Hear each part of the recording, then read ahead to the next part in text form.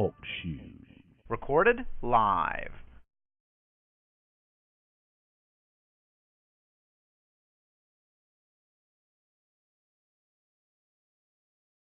Hello?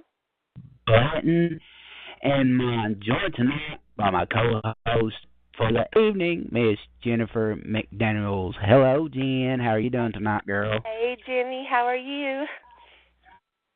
What's new? Not much, really. I'm kind of bummed it's raining and stuff out tonight, but we've got a great show tonight. And you missed out, by the way. The She Squatchers were on, and Arla Call It. They were awesome. I would have loved to have been a part of that. I would have, but I was out and about and even had a crash, so I would much rather have been tuned in listening to y'all. Yeah, that is right. Did you get your car straightened out today? I know you had to put it in the shop. It's in the shop. They're going to fix it. I hit a rock or an animal or something. I don't know, but it did some damage to the bumper, and my tire blew out, and I was in the middle of nowhere, and I wasn't going to get out of my car. So I drove it on the rim for about 2 to 3 miles until I got a signal. So it's done some damage to the rim. Oh, well, I hope you get that straightened out. Tonight is going to be Daniel B. Watt of Virginia's ECBRO, and before we get to talking to Daniel, I'm going to talk about a little reminder here for folks. Coming up April the 21st of 2018 will be our first annual Harlan, Kentucky CryptoCon. We will have 7 speakers that include Ed Brown of Big Truth Productions and YouTube's Sit Down with Ed Brown. Bill Lancaster of Bill Productions will be at the event also to share his film Cultured Bigfoot. Matthew Dill of Mountain Empire Cryptid Research Organization will be with us, including Michael Cook of Cook Cryptid Research, Miss Arla Collett, author and Bigfoot enthusiast, Miss Judy Hensley, former teacher and author, will be with us to talk about panther sightings in and around the area. Also, we will have Tony Filosi, who is a paranormal researcher, a filmmaker with thecryptocrew.com, along with vendors and educational booths such as Wildlife Education, 4-H, and others. That's April the 21st of 2018 at 110 River Street at the Extension Depot in downtown Harlan from 9 a.m. to 7 p.m. And now for the fun stuff. Daniel B. Warner, how's it going, my friend? Hey, Daniel, you there? Are you with us, Daniel? I'm actually messaging him right now, and he's wanting to know if we can hear him, and I said no. No, we can't hear. We can't hear Daniel. He might be. No, he's not muted. Not on my end. He's everything's open. So. He says that he hears us. Okay, he hears us. Yeah. But we can't hear him.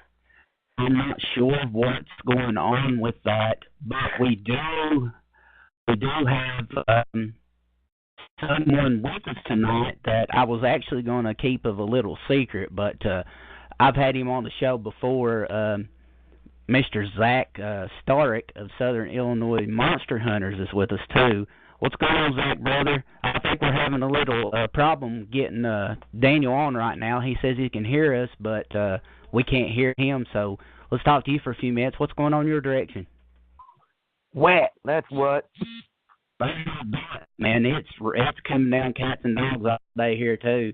I sent your message just a little bit back. Thought you were going to have to call in and stuff to get you out. Oh, yeah, there's a town up maybe about 50 miles north of here called McLeansboro. One of their viaducts is it's about 13 and a half feet high, and it's completely flooded. Wow. That's crazy. Oh, yeah. That's what it takes, man.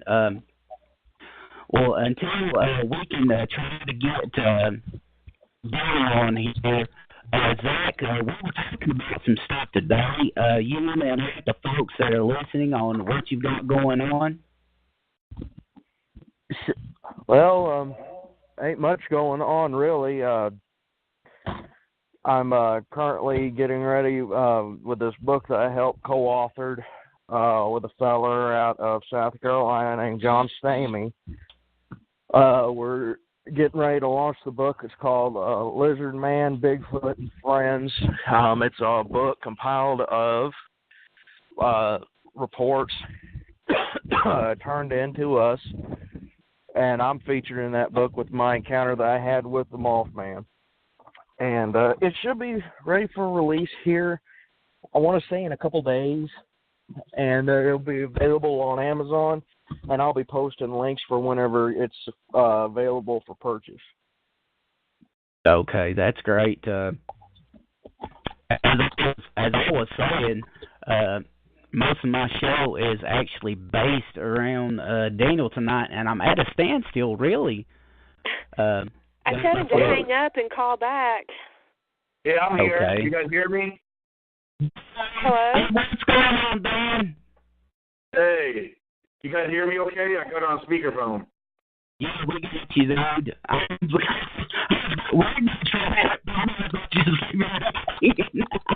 Hold on, I can't hear it when Jack's talking. It sounds like a computer screen screaming at me. I heard that. But Dan, tell everybody what you got going on before we get into the show. Tell everybody what you got going on for your event coming up to June the 30th and July the 1st. Well, let's see. To start off with, we're definitely looking forward to it. June 30th and July 1st, the ECBRO is holding their first annual Virginia Bigfoot Conference, taking place in Fishersville, Virginia at the Augusta Expo. Tell you what, it's looking real good right now. Our building, our venue, actually the size of our venue actually grew recently after taking care of some business recently and talking to the general manager of the venue. After running by what our expected turnout is and all our vendors that we plan on having, he told me it sounds like you need more space. I said, you think so? He said, yeah. He showed me the other room, and it's massive. It is massive. And, so the general manager is actually hooking me up with a much larger room. So it's actually looking a lot better than what it was. We're going to have an awesome setup. So definitely looking forward to that. And then our 2-day event is also followed by a whole week long of a Bigfoot camping expedition. So that's something we're also looking forward to. So. Yeah, things like that are always cool to come out and just get in there and get to know anything they want to know really about cryptids. We need to go, Jimmy. You know that? Yeah, I'm trying to get over there. Hopefully we can. Definitely want to jump right into some questions tonight if you don't care. Tell everybody what actually got you into Bigfoot research. Could you run that by me one more time? Could you tell everyone what got you into Bigfoot research? Oh, what got me into Bigfoot research? Well, let's see. Once upon a time, it's funny, I've always found myself in the woods, just exploring like I love to do. Apart from always being in the woods, Bigfoot wasn't really on my mind. It was something I kind of knew about, just never gave it any thought, But, I think it was at one time when viewing the Roger Patterson and Bob Gimlin footage. And, I was actually very intrigued by that. And then seeing the documentary that included that, something kind of sparked a serious interest. This curiosity popped up in me. And, just observing that, this excitement kind of developed. And, I guess going out in the woods, after observing that and seeing that, it had me looking. It's like my senses became alert and opened up. It's like a new world was opened up to me. And, you know, I was amazed by just the little things I was picking up on. And, you know, I was getting amazed. And I'll tell you what, it was something that started growing inside me. This passion started growing inside me. I was like, I got to really pay attention, and I got to get out here a lot more than I have been. And sure enough, that's what I started doing. And as I was spending time out in the woods over the years, the more and more I observed and took my time, and it's when I started finding, you know, what a lot of people neglect finding. Well, you know, I started finding more evidence that to me was like mind-blowing, you know. And I'm not talking about structures and formations, you know, because that stuff kind of came a little later. It was the tracks I started finding. Tracks of various, you know, animal kills randomly found out in the woods, you know, kind of odd things like that. And so, you know, I kind of took it from there. That's where it kind of developed from that point there. And then, you know, then, you know, as I was, you know, independently pursuing my Bigfoot research at this time, I eventually learned that there was more Bigfoot, you know, people involved with Bigfoot and Bigfoot research. And it was kind of a discovery, you know, I came across on social media. I was kind of blown away how many people were actually involved with this. And I had no clue. I really did not have no clue. Then started joining some of these Facebook groups and whatnot, and listening to people. I was more or less somebody who stood back, and I was observing, I was listening, and man, I was like, man, all these theories of, you know, being shared and thrown out there. And yeah, again, I started taking notes, you know, and then that's when the research got a little deeper for me. You know, my research wasn't just in the field; it started becoming out of the field.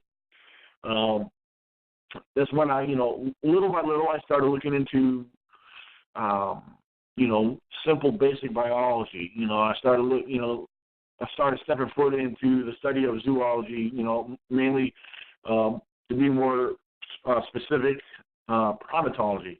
Now, for the record, I don't have no degree in none of this, but I took it upon myself to self-study to self-teach myself and get a better understanding. And of course, a lot of that knowledge and everything, it advanced and improved over time.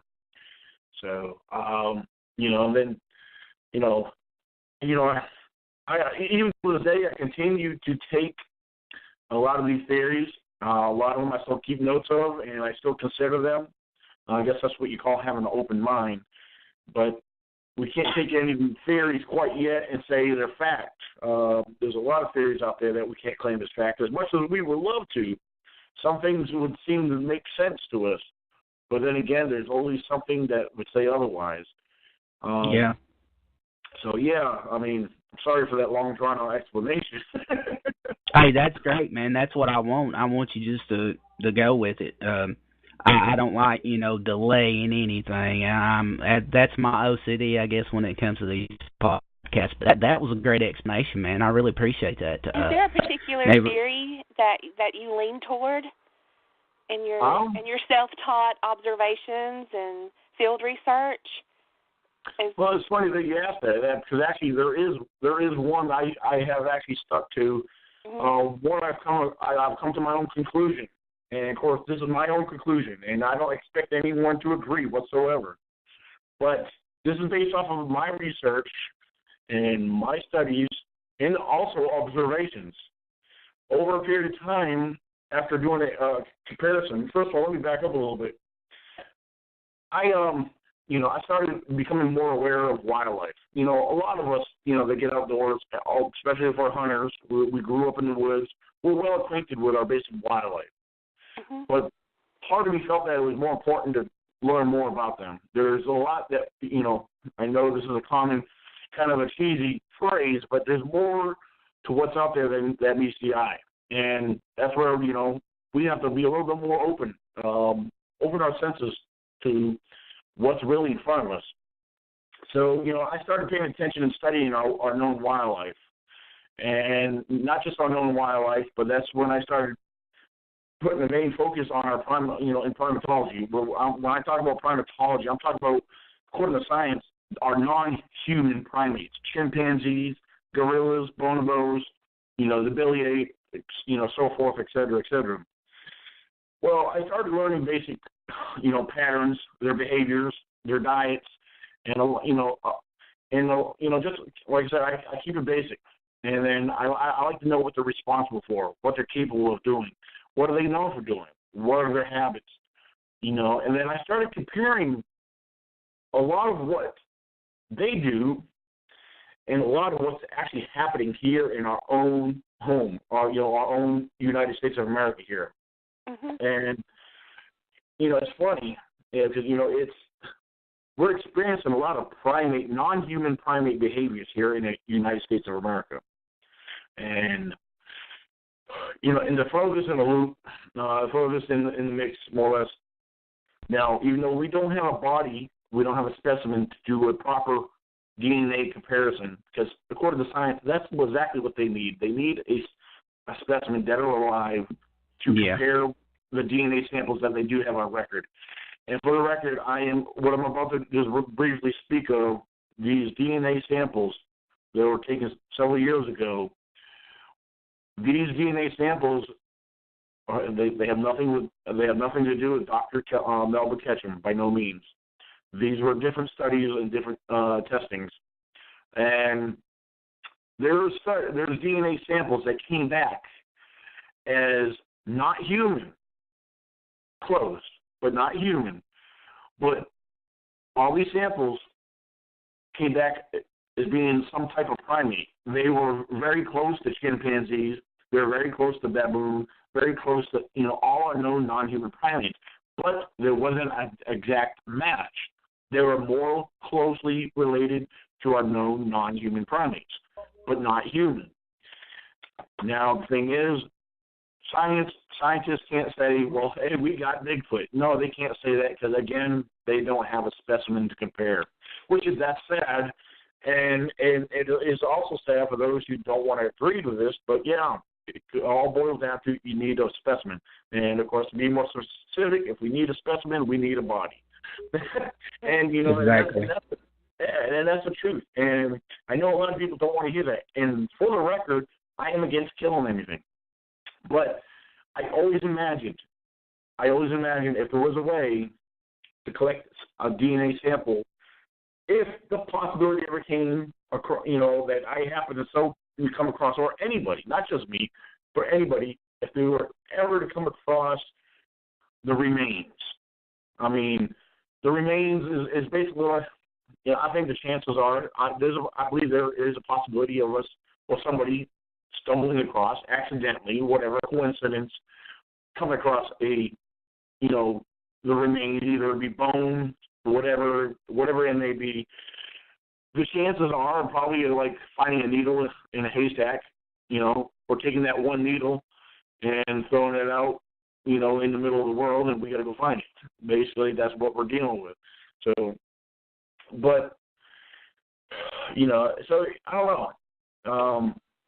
But my theory is that I do believe, and this is one thing I clearly state, and I will say it to this day, until proven otherwise. Because you know what? There's a lot of hearsay, a lot of theories mixed in this. Yeah. Again, this is my theory. My theory is I believe that Bigfoot is an ape of its own kind, an ape of its own species. And, so, I mean, but, we can't call it a chimpanzee. We can't call it a gorilla. And for those, I'm sorry to say, for those who say it's human, we can't say it's human. Although, then again, you got the human hybrid theory. I've always found that interesting. Now, for those, I don't like to really get into that too much. I've gotten into that, and it's actually raised a lot of controversy, a lot of debate. And the thing is, when it comes to a human hybrid,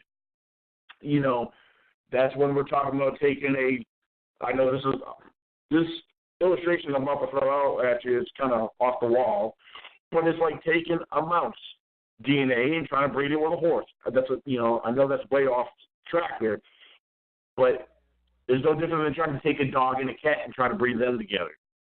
You can't have a human dog, a cat dog hybrid. You can't have, we got horses, donkeys, zebras. They all have the same strain. They're different animals, but they're all within that same bloodline. Right. Exactly. So, yeah, you can take a house cat and take the DNA and mix it with a mountain lion. It will work because they're the same bloodline. They're the same strain, And forgive me for looking at things a little too scientifically, more logically inclined with my point of views. There's nothing wrong with that. Oh yeah. Some people think I should be thinking more outside the box, which I try to. I always try to keep an open mind. But the thing is, we got, we can't neglect science and logic. And to me, that's very important not to overlook that. And Yeah. And the biggest thing to me, when it comes to these theories with Bigfoot or any cryptid, it's the imagination that we let control our thoughts on what and the thing is, with the imagination taking over and running rampant, we're turning some of our imagination into facts, which I see this all the time, and that's probably one of our biggest errors. And keep in mind, I said ours, because I'm not perfect. I make a lot of mistakes. I had made some suggestions on a few things which that make no sense to some. Otherwise, some of the bizarre things I've suggested in the past, more or less for speculation, what if, maybe, whatever. But, I try to be careful on how I suggest things, but I will clearly share my viewpoints and my theories on what I believe something is. So, yeah. Something that's always interested me is, are we finding evidence of this creature, of this thing with paleontology, with the study of fossils and bones? Are we finding stuff like that is indicative of the Sasquatch species? Well, or not? That's a good question. Let me answer this this way. Okay. I do believe that we are. I do believe so. However, that's coming down to anything that's ever been tested, sampled, and that's kind of going back to where samples were tested before. Regardless of where these samples came from, we don't know. No, I don't think all the information is going to be shared or open. But if they are come across, remains of what could be related to a Sasquatch, mm-hmm. The thing is, we don't know if it's a Sasquatch, if they're finding bits and pieces. Now, then again, we don't know how, because, hey, look, they discovered over in Asia, they discovered the molar or the tooth or the small part of the jawbone that belonged to Gigantopithecus. Mm-hmm. But just because that little piece of jawbone they found and the tooth and the molar, they managed to throw that whole thing together and create a 12 to 14-foot giant, yeah, exactly. So what's there to say that they might be finding pieces out there that they're putting together? I know, a lot of people don't realize, but Dr. Jess Meldrum has actually put together, what's the right word, a skeletal model of what he believes the structure of a Bigfoot. And I do believe mainly his structure skeletal more or less represents the Bigfoot displayed in Patterson footage. It's got the sagittal crest, more or less, the deep, the eyebrows, and all that good stuff. But, again, I do believe that they are, because they are finding other fossils belonging to dinosaurs. If we're just still discovering dinosaur fossils, woolly mammoth, fossils, and so forth, they come across remains of a dwarf elephant that was, only existed way back during the prehistoric or the Pleistocene era. And, I mean, they're discovering stuff like that and coming to the conclusion, hey, this is what this is, But when it comes to Bigfoot, of course, a lot of them, they can't compare Bigfoot to a Gigantopiscus because, I had a theory that I believe that related to Gigantopiscus and a Bigfoot, and I use that in an illustration with evolution. However, I don't believe in evolution, but for those who do, I put up a little thing in there that I threw out there, which kind of really contradicts evolution. In my, just a small part of it that contradicts evolution. And so, I'm not ashamed to say it. The reason why I don't believe in evolution because I'm a firm believer in the Bible. Exactly. Yeah. Now I know that you've been doing this for a while, and I know you've heard the saying "woo." Have you yourself, now, Daniel? Do you believe in mind speak or that Sasquatch has a psychic ability? That's a good question. Well, since you put me on the spot. Put him on the spot. No, that's all good. I personally do not. However, again, I am willing to keep an open mind towards that. For example, I've had one-on-one discussions on video chat with, actually recently, from She's Watchers, Jen Cruz. We've had discussions where she shared a lot of her information, and where she comes from and what she, how she sees things. And mainly I actually had Jen on last night. Oh yeah, absolutely. Yeah, she's a very incredible woman, and she's very informative. That's for sure. Yeah. So yeah, she's good at sharing details, and getting into things, and but she shared a lot of information with me too, and I came straight out and told her, I said, Jen, I like the sound of all this, I really do. I told her I want to believe it, but I can't. It's just like a non-believer, period, or a skeptic. Or a skeptic, they want to believe, but they don't have enough to believe, So Go ahead, I'm sorry. Go ahead. No, I was going to say I'm basically a skeptic on this. It's just I've never experienced anything, especially a lot of people believe in cloaking. I never experienced that. But yeah, none of the mind speak, none of what they consider the woo. I personally have never experienced that. Now, being out in nature, as much as I have, I'm pretty well aware of my surroundings. I have actually, the things I have experienced, is just, to me, was natural because I've been out in the woods before, and I can go deep in the woods. I can go in some airy areas.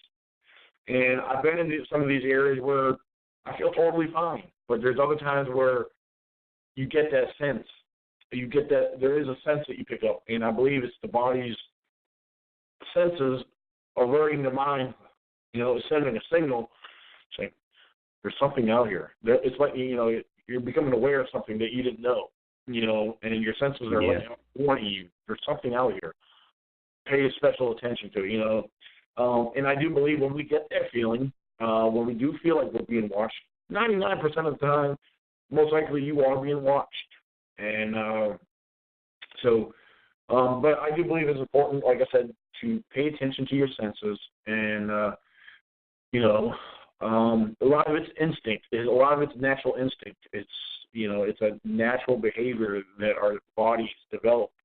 I think some people, if you're not too experienced in the woods, if you don't get out in nature like that, I believe it's easier for somebody to lose control because they'll panic, not realizing, some things could be okay. And giving off false signals, Mm-hmm. For some, for those of us who grew up in the woods, exploring and becoming, acquainted with wildlife and nature in general, there's a lot of things that you don't fear. There's a lot of things, you're always thinking about something, but it doesn't, you don't fear it unless you get put in that situation or position to start fearing. Again, you can fear without seeing something. Like I said, I've done it before. I felt that fear. I have too. So it's, again, you don't want to ignore it. It should put you more on a caution alert, So Yeah. Well, I've got another question here. It's going to put you on the spot, but I'm curious to know the answer to this. You have a daughter, correct? Yes. What does she think about Dad's pursuit of this elusive creature? Well, I'll put it to you this way. I think she likes it. I think she thinks it's cool. She's actually done a school report on me one time. Awesome. And it's actually got a couple of her teachers very interested. One of her teachers, mainly her biology teacher, who actually actually got tickets to my event, and she's actually showed up to one of my local seminars I've had here about a year ago. And so it was, it's actually fascinating because, she still gets kids that say, "Hey, your dad's that Bigfoot guy." She's always telling me stuff like this. That's pretty cool, though. Yeah. So, she actually about 6 years ago, she actually claimed to have seen something, and I was with her, but I didn't see it. That's cool. Yeah, we were actually at a regular campground, but where the campground's located is down by one of our main research areas, and but surrounding the campground is not but the parkways, all the Blue Ridge Mountains. You got nothing but woods and remote woods and mountains right surrounding it. So me, my daughter, and another Bigfooter that was with us at the time, we decided to go hike in the woods up behind the camp area. And tell you what, we've seen some deer, seen massive bear tracks out there, crazy sized bear tracks. And while we were hiking through the woods, Brianna, she kind of wanders up a little ahead of me and the other gentleman that was with us. And afterwards, I kind of look up at her, and I know she's just standing there like she's froze. And so I walk up to her, I come up beside her, and I'm looking down at her face, and she's in tears. She got tears from that. And she's breaking out crying. I said, "Brianna, what's wrong?" And then she slowly points up. She points out in front of her and said, "It's staring at me. It's staring at me." Or looking at me. One of the, I can't remember exactly how she said it, but she was pointing and crying and said, "It's looking at me or staring at me." Wow. And I look over. I said, "What?" She said, "It's behind the tree over there. It keeps peeking out and looking at me." I said, "What?" And I yell over to the other guy, Larry. I said, "Larry, get over here." And I'm looking. I'm trying to focus. I'm looking everywhere. And I said, "Larry," she said she's I tell Larry, I said, "She's over here crying. She said she sees something. I don't see nothing, but she said it was behind that tree." So we kind of both come around. We walk out to the open. We spread out, and we walk up to that tree, but we walk away. We walk up to it with our distance, but there was nothing behind that tree. Now, could it have gone up, or could it have gone, ran off already? According to the height level that she claimed, it sounds like we're dealing with a juvenile, because she said it was about 4 to 5 feet tall. It was almost her height. And I want to believe that she saw something. I really do, because apparently she saw something that frightened her. Now, after that little incident, I stayed a lot closer to her. Larry kept going off over, he wandered a little ways to our left. We kept going through the bushes, in and out, or working away, up the other way. But something up ahead, I didn't see it, but I saw the bushes shake violently. And I said, "What the heck?" I'm thinking a deer was bedded down or whatever. It could have been a bear. And at the time, I said, "What the heck is that?" I said, "Larry," I yelled over to Larry. I said, "Larry, there's something in the bushes over here. The bush is shaking." And then it stops. And I was, "What the heck was it?" I'm looking for a deer. I'm looking for the tail to fly up for a deer to take off. You know what? And I didn't see nothing. I didn't see nothing take off. And, of course, somebody would say, "Well, it must have been cloaking." Yeah. But the thing is, that's what got me. I was like, she saw something, but we didn't get to see nothing. We seen a bush shake violently right after that incident and didn't see what took off or what was there.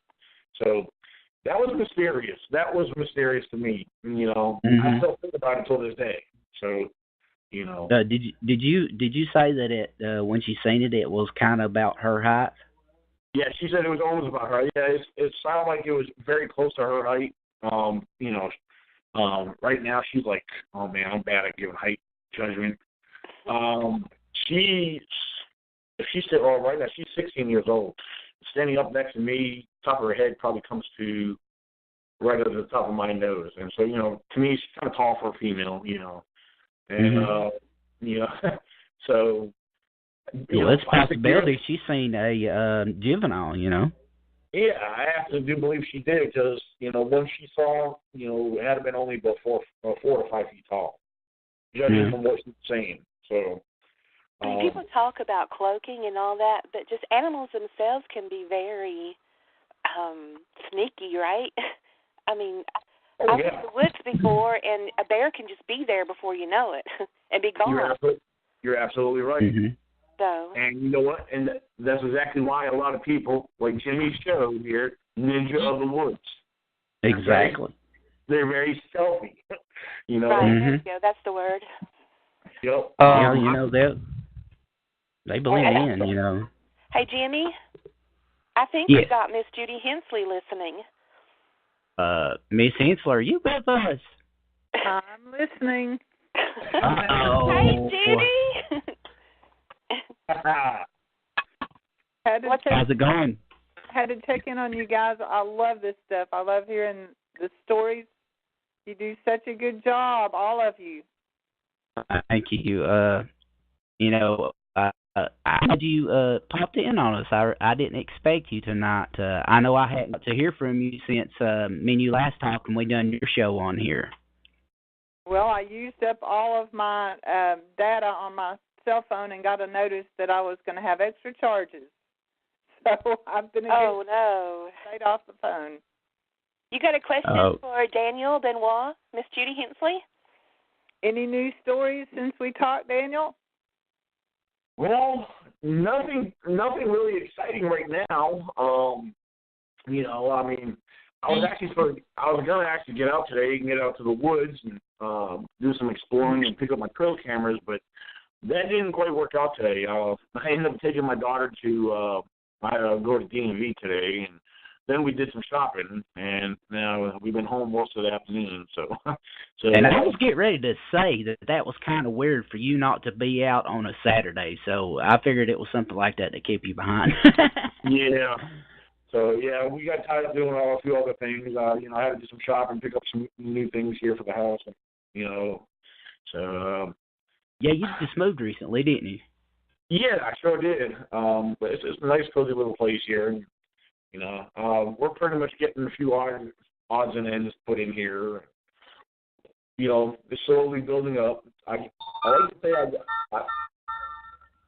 got my office space right here set up pretty well. I got my desk here. I got my desk and everything set up. My brand new printer/scanner here.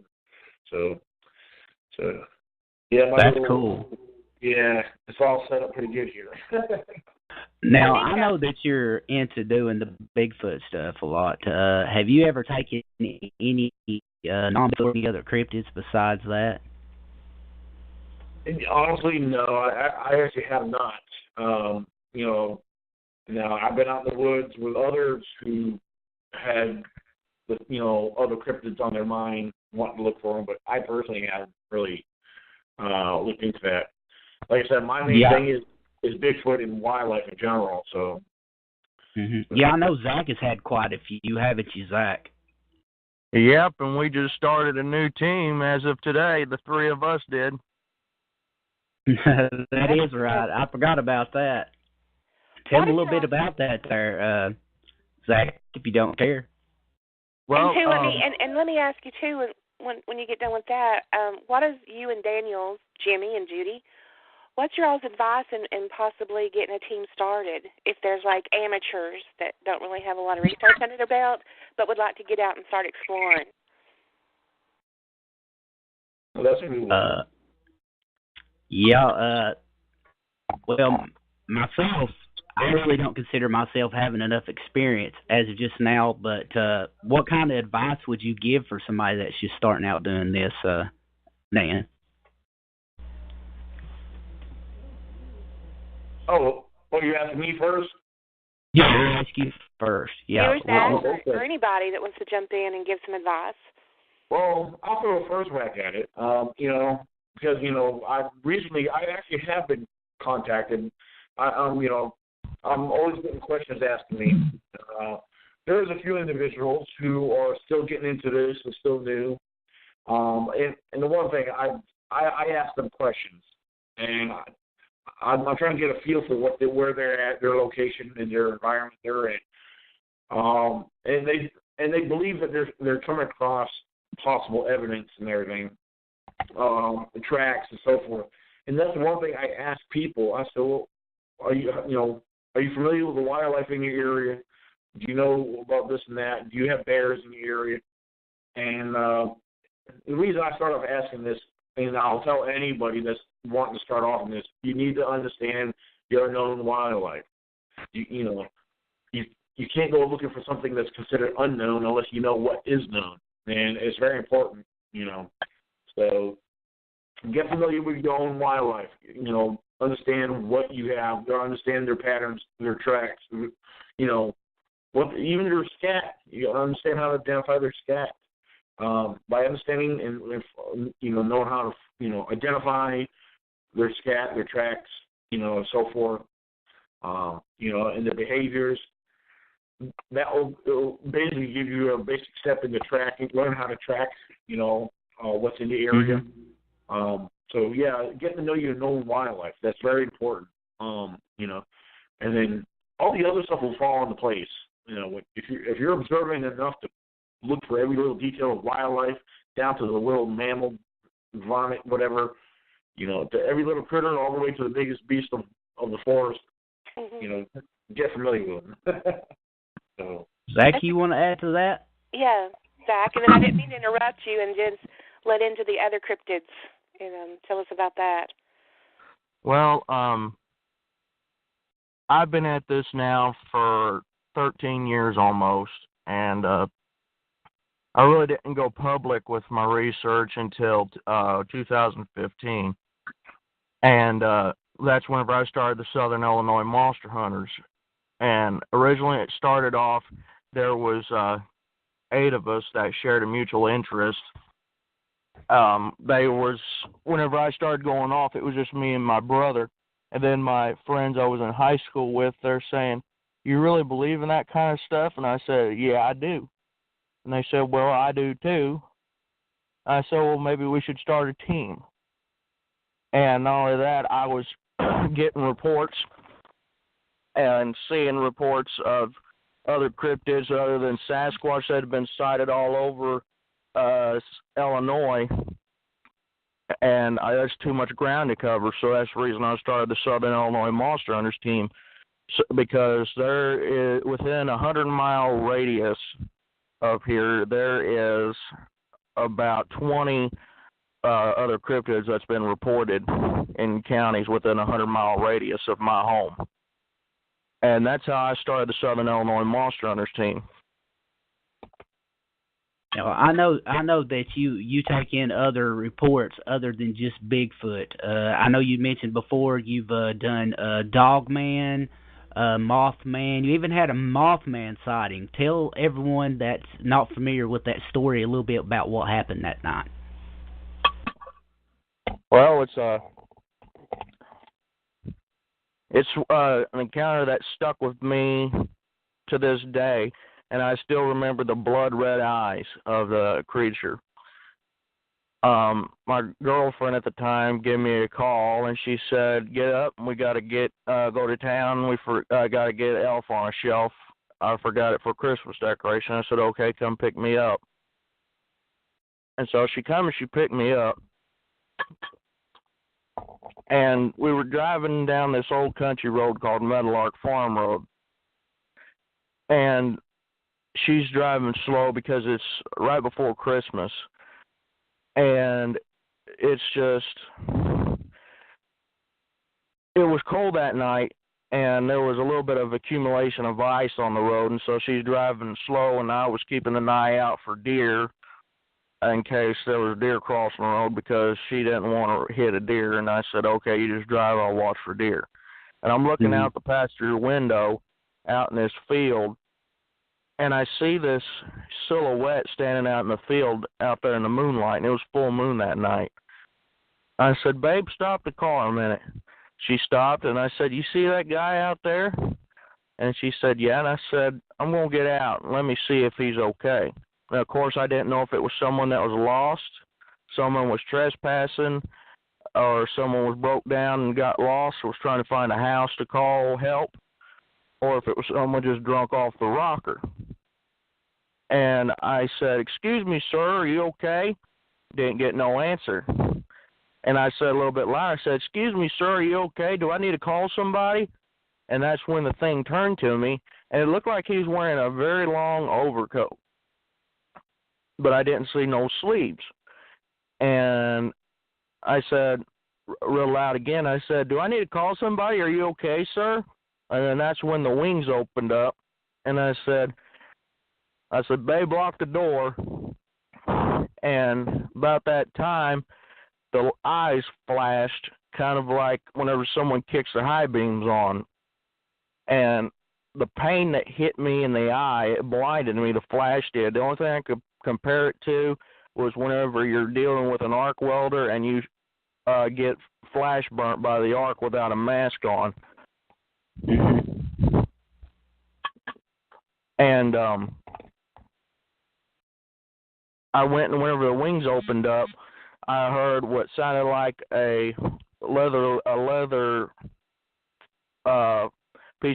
big piece of leather flopping in the wind, like a flume sound. And I covered my eyes up trying to get my sight back, and I heard that same flume again, and I got my sight back, and I looked out there in the field, and the thing was gone. I said, babe, did you see that? And she said, yeah. And I said, did you see where he went? And she goes, no, and I'm not going to stick around to find out where he went or what it was. So we got in the car and took off. And all the way to town and all the way back home, we didn't say a word to each other about it. And I'm pretty sure, and I'll go to my grave saying that I encountered a Mothman. Wow. That's a great story. I like hearing that story, how you tell that real good, Zach. I know you've also had I think it was near the counties where you live at. Wasn't there a recent dogman sighting? Yeah, me and my brother had it. Tell us a little bit about that one. Well, it was July 4th of last year. Me and my family had been having our regular fireworks show that my grandparents put on every year, and we had family friends, and we had family, and I had my ex-fiance there, and my mom and my brother and my grandparents, and our neighbors that moved down here from Wisconsin, from Milwaukee. They lived up the road a piece, and I said the boys wanted to walk home on the main road, and their parents was against it, and I said, well, here, I'll tell you guys what. Let me and my brother walk them home. That way we know they get home okay. I said, okay, fine. They took off. So we stopped off at the house, and I picked up my .22 rifle because out here it's 4th of July, and you ain't going to know when someone's going to be drunk and going to be looking for trouble, or you don't know what the wildlife department's turned loose out here at all. So I took it as a means of protection and some extra muscle. So we went and we dropped the two neighbors' kids off. Me and my brother did, and he said, what do you want to do? I said, well, I'm not getting back on the main road after that idiot almost ran the four of us over. So let's cut through Dale's back field, because where the neighbor lives that we dropped his two kids off and my house, there's a half-mile stretch between our houses as a crow flies. And it's a big field with a bit of a creek running through it with some reeds that grow alongside the length of this creek, and there's the trees. And so I said, well, let's walk down there. We get to the reeds. We'll walk along the patch of reeds, head south, and we'll go up the trail through the woods and come up behind the house. My brother said, okay, fine. So we go and we start walking, and we get down to those reeds, and he says, okay, which way? And And I said, just do like I said, let's head south to where the reeds meet the trees. And he said, okay. And we started walking, and we took about maybe 20 steps heading south, and we heard the reeds start shaking like something was in there. And I said, you hearing that? He goes, yeah, that must be a real big bird flying around in there. I said, yeah, it's probably a whippoorwill. And then we started walking, and we heard a step in the water of the creek. And the water was sloshing. And I said, you hear that? He said, yeah. And I said, are you screwing around throwing rocks in there? He goes, hell, I am. And I said, you got your flashlight on your phone? He goes, yeah. And I said, turn it on, let me see. And I went and I said, give me a light. So I started panning along the stretch of those reeds until we was about maybe 15, 20 feet away from the reeds. And I got to where the light was right in front of me, and directly in front of me was a pair of golden, blood red eyes with a goldish tint to them. And they were eye level with me.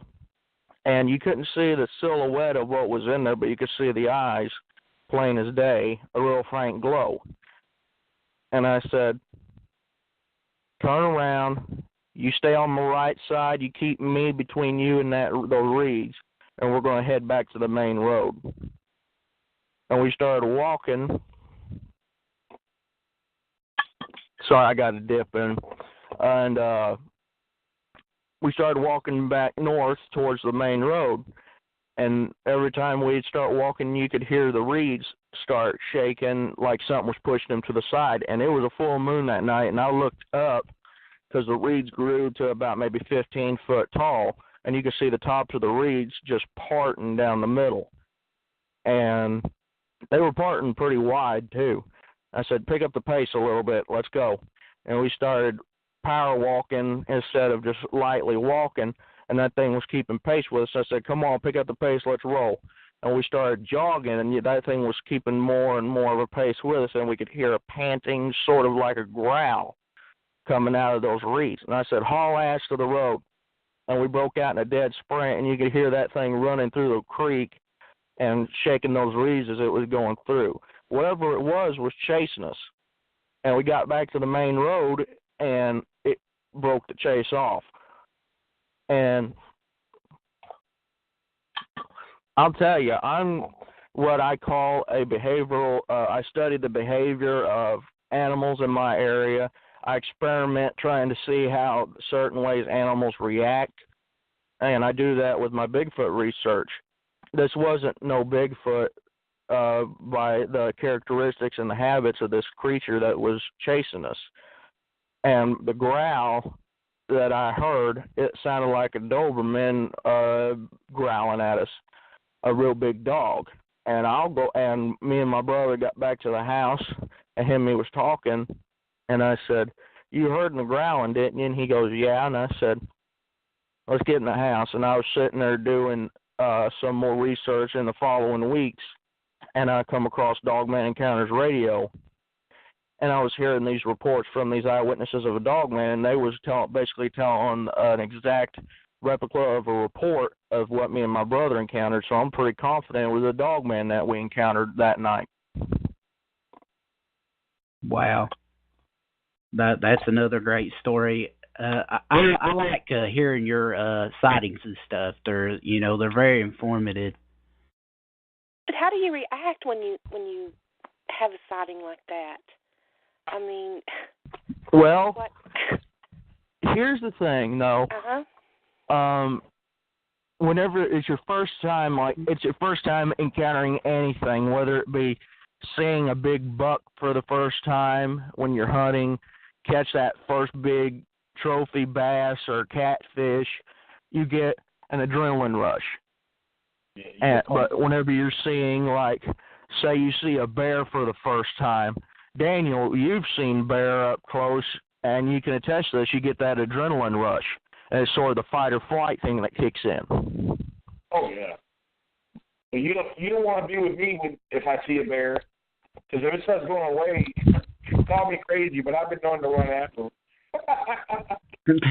Did he say run after it?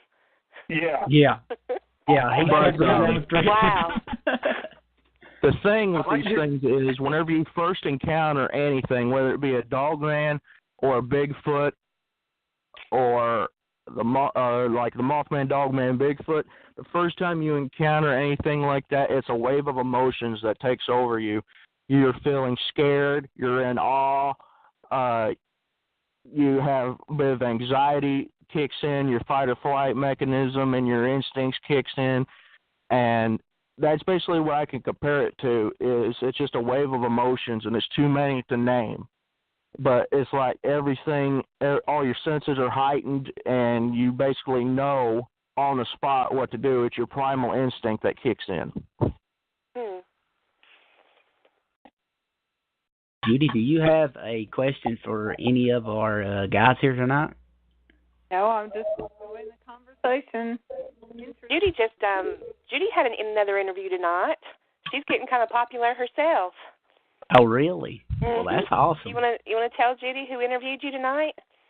Well, he may decide to drop the whole thing. I'm not sure if I did a good job or talked his ears off. Ed Brown.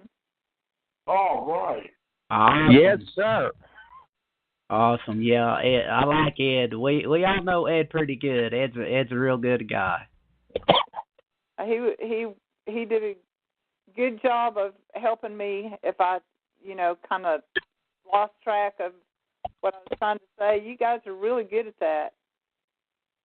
Daniel and all of you. Yes. You do a good job too, Jennifer. We appreciate that. Hard keeping people on track. Judy, you were seriously one of my greatest guests to have on our show. So yeah, you did an amazing job. Well, thank you so much. Absolutely. Now, I love hearing y'all tell your stories with such conviction. That makes me think that you absolutely, beyond a shadow of a doubt, saw what you said you saw. Someone told me the other day, and actually it was Bill Lancaster.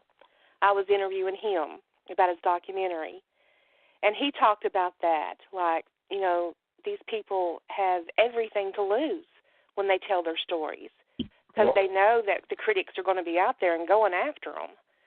So, but they still choose to tell it, and with conviction.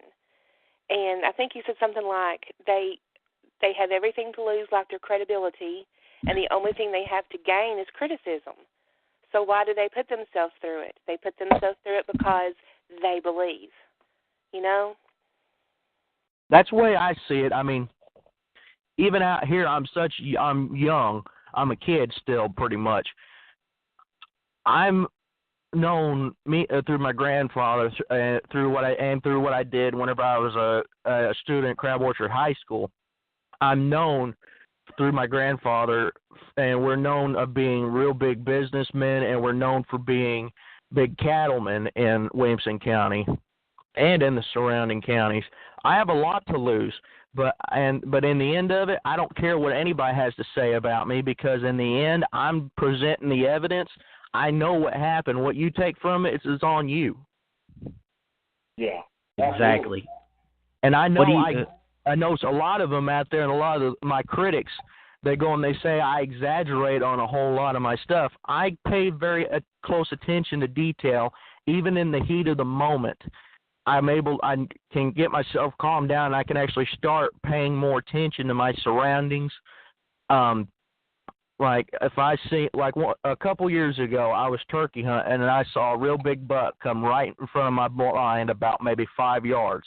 And my adrenaline kicked in. I could tell you every detail about that buck. I could tell you about where all the white was on his body, how many points he had. I pay very close attention. That's what you got to do when you're in this field and you're a field researcher. You have to pay very close attention to what the weather's like, what season it is, what time of the year it is, what all the animals in the surrounding area are reacting to all this stuff. If you're seeing the subject up close, you have to pay very close attention and to detail. And I've got a photographic memory. That's how I got through high school with taking all them tests, is because I'm a fast learner. and I was able to pick up on detail very easily. And I'm sort of at what you call an empath, and I pick up on emotion a whole lot. And Daniel, anybody will tell you, Jimmy will tell you, we have, in this field, we have to pay very strict, close attention to detail and be very strict about it. Yeah, you have to. Absolutely. You know, one of the main common questions people ask me when they hear about, there's a history of sightings. You know, the sightings, the reports date back well over 100+ years or so. And one of my best friends growing up asked me, he says, "Do you believe all those reports?" I said, "Yes and no." I said, "But everything that we hear, we got to take it with a grain of salt." But one of the things I shared this recently on my show I had on last night with a guest, and I shared it on Facebook Live. But one of the most credible reports I find fascinating and very intriguing that I believe that holds a lot of credibility is hunters. I've gotten so many reports from hunters. Yes. And bear hunters. Oh my goodness, I can tell you what, hunters that strictly hunt bears, that shared a sighting that they seen what they know was not a bear standing next to a tree up on a hill. These guys know how to identify a bear. If that was a bear, they would have said it was a bear. These guys, they're hunters. I've had 3 reports within a 3-year period come back from one location, from 3 different hunters that didn't know themselves, didn't know each other. And, I document all these reports. I mean, I investigated reports. I met up with a woman and her daughter a couple of years ago, that had a sighting on the side of the road going up the mountain. But most of my reports come from hunters, because here I am, like I told people, just like Zach said, I don't care what people think of me. I throw out what I do publicly. And for that very fact, for the very purpose that it reaches people. There's people out there that have seen something that they don't know who to turn to. They want to talk about it. They want to get it off their chest. But they're afraid to share and talk with their own families about it. But when they learn about you, man, they're gonna find a way to come up, approach you, either it be through social media or they find your number on a card. And I've been contacted, phone calls, emails, through Facebook, and it's been very rewarding. I got cards with my name and my detail, who I am, what I do, and I have I posted several ways of contacting me, and I throw the information out there. I leave cards in random places, and like I said, over the years, it's been very rewarding hearing and learning about reports, where they come from. It's giving me a better insight of my, not just my main research area, but a lot of reports all connect to my research area. Some might be a little further away, but a lot of them, there is a cluster there is a pattern that I picked up on where these creatures exist or where they're roaming to, coming and going. So, but as far as hearing the credibility of people, I find the hunters, the outdoors people, probably one of the most credible people. And not to mention, one of the reports I got from him, he wasn't just a hunter. He was actually a police officer. I met up in the woods one day while turkey hunting two seasons ago. And that guy's pretty cool. I like him, and shared some real good information with me. So, I mean, who could not be more credible than a police officer? You know what I'm saying? Absolutely. There's one thing I want to throw out there, though, that just hit me. You got all these non-believers out there. They're saying, "Oh, you're full of shit, and you don't know what you're talking about. You're making all this up." It's because they want to go and live life, thinking that they know that they got everything in this world figured out. They don't want to go and live their life, wondering what if and have all that doubt in the back of their mind.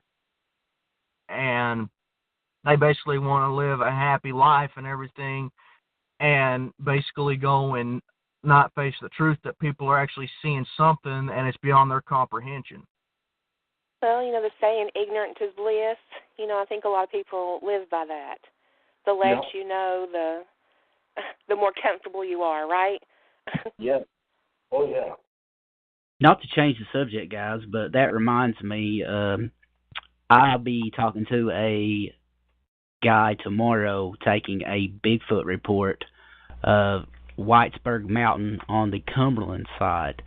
The guy told me that he seen this bipedal creature on the side of the road, and he really didn't pay much attention to it till he got past it, just enough to where he could see it in the rear view, and he put on his brakes, and the red light from his brakes is shown upon the creature, and when it did, it stood up and walked behind his vehicle, and he said that's when he noticed there was something weird about that. His wife was telling my wife that he came home white as a ghost, and I was like, well, is it going to be okay if you talk to me about this? And he's like, yes, I want to tell it, because I don't want people to think I'm crazy. He said, but he wants to tell what happened that night to him, and I'll be sure to share that sighting on the next episode that we have next Saturday night. Oh, very cool. Yeah, that's very interesting. It really surprised me because there's quite a bit of sightings here in Harlan. And you know how people are when it comes to sightings and stuff. Everyone's afraid to be called crazy or, afraid of being shunned by the rest of the public. As we know, being in this type of environment, you're going to get that. You're going to get people that's going to call you nuts, call you crazy, everything. But you just got to learn to take it. Let that stuff roll off your back. They're no better. People are no better than what you are, and Then, and I'm sure Judy can attest to this with all the oral history collection that she's done. But then you have like so many people to sit down with you and say, I did have an experience, and it's people. There's people out there that's willing to be open about it more than you think.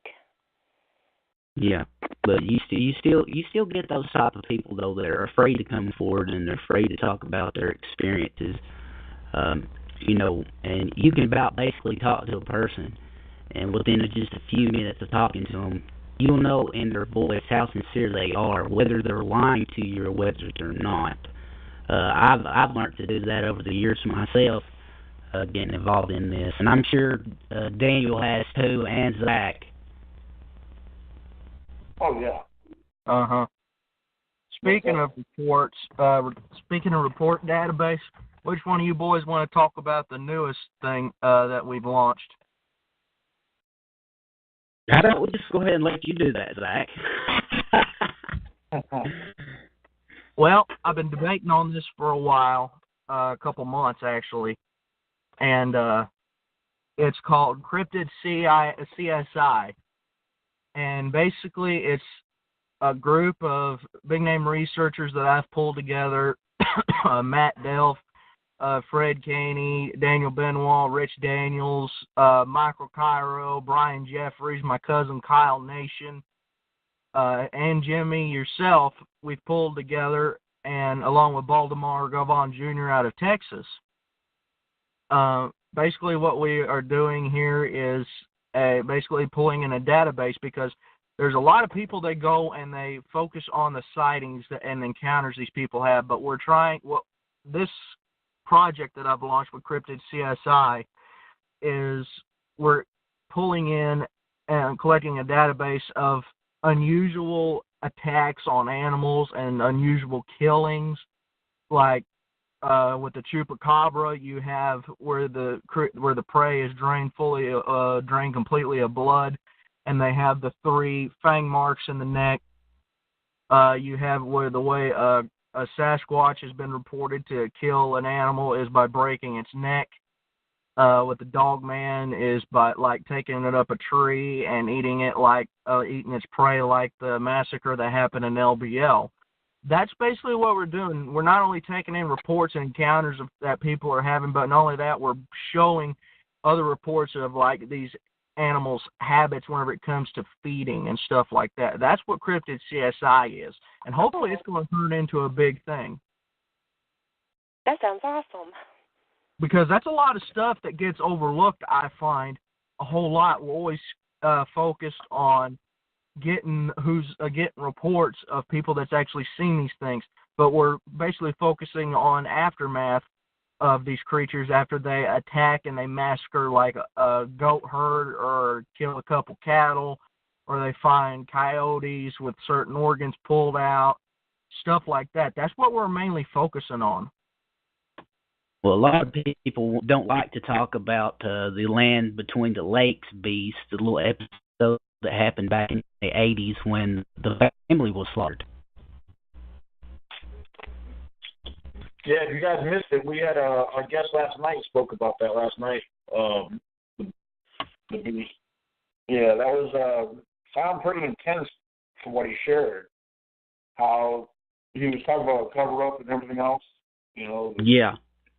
You know, it got a little crazy there, from what I heard last night. Well, what got me though on the whole situation is when they found the little girl in the tree. I mean, what type of animal do you know in the wild, Daniel, that would actually carry a child up a tree or a good-sized prey other than a cougar, mountain lion, you know, that type of feline? Because you know for a fact a canid is not going to carry something like that up into a tree. They're going to try to take it off and bury it. Right. I agree. Yeah. There was one little thing. I was watching an episode of Monster Quest today. I've been watching Monster Quest all day today. I was watching this thing about the crowned eagle of Africa snatching up monkeys and taking them up in the tree as prey. Yeah. And that does make sense. You know, that's another possibility too, because a small child would not weigh that much, and if you know, from the way that they talked about the markings on her body from you know, from passing, you know, it could have been some type of eagle or a big hawk, some type of big predatory or bird. We really never really know. Well, I've seen on different, like National Geographic, or I've seen other videos, bald eagles. Bald eagles try to take prey twice the size of them. Yeah, exactly. You know, now, the eagles, any kind of bird of prey, is not afraid to fight off another bird, a scavenger. I bear witness to this about 2 weeks ago. I was on my way home from work, and there was a deer that had been struck by a car laying dead over in the ditch, and there was a red-breasted hawk feeding on that deer, and then here come a turkey buzzard trying to pick on that deer, and that red-breasted hawk got a hold of that buzzard and started kicking the shit out of him. I mean, I'm not kidding. That hawk was on top of that buzzard. He was kicking him with his feet, and that buzzard ended up rolling over about 2 or 3 times before it got to take off. I've witnessed myself. I've seen the what we call the chicken hawks around here fight with the eagles down here on the riverbank where I live at. I've recently seen that too, and I've noticed that the turkey vultures are real bad in this area too, and they are huge. I've seen them things. I mean, seriously, almost 4 feet tall. Yeah. Wingspan at least 12 feet or more. I mean, they are humongous. Yeah. Oh, yeah, we got them big here in Virginia. So. Well, guys, I'm about to... One last question. Go ahead, Jen. What's a gal got to do to have a Sasquatch sighting? I'll touch on that real quick. Just go out there, mind your own business, and don't go looking for them. That's how it's always been with me and with my encounter. There you go. Just go out there and don't even go looking for them. It usually happens by accident. Is that right? Well, on that note, they call me Sasquatch. Once you meet me in person, you'll have an encounter.